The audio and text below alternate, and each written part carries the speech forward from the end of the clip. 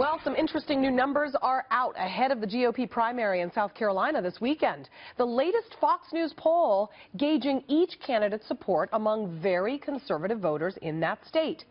Senator Ted Cruz coming out on top with 31%, but Donald Trump is nipping at his heels with 29%, followed by Senator Marco Rubio at 14%.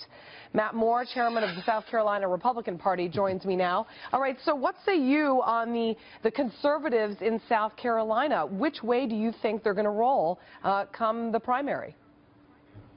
That is the big question here in South Carolina before Saturday. We will know about 48 hours from now where South Carolina stands, and we're going to have a big impact on the future of this race as to what's to come.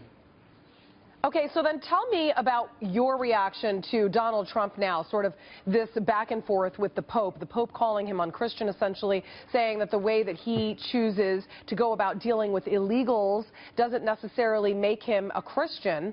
I don't know if you can necessarily tie those two together, but nonetheless, you talk about the evangelical Christians in South Carolina, and you wonder, will the Pope's comments sway their opinion?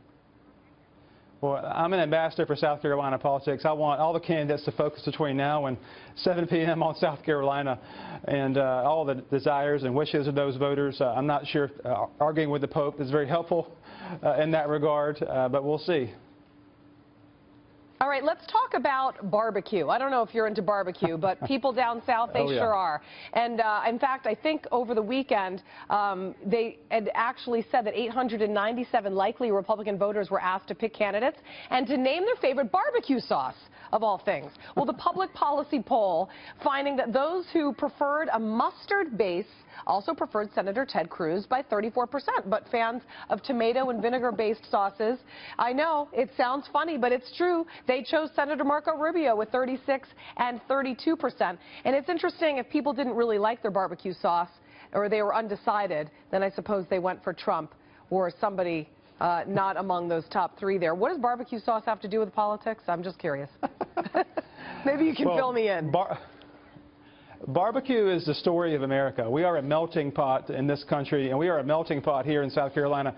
Don't forget that mustard sauce you're referring to came from German immigrants in South Carolina, brought here by British colonists in the 1730s. And before that, Native Americans taught Spaniards how to roast pork.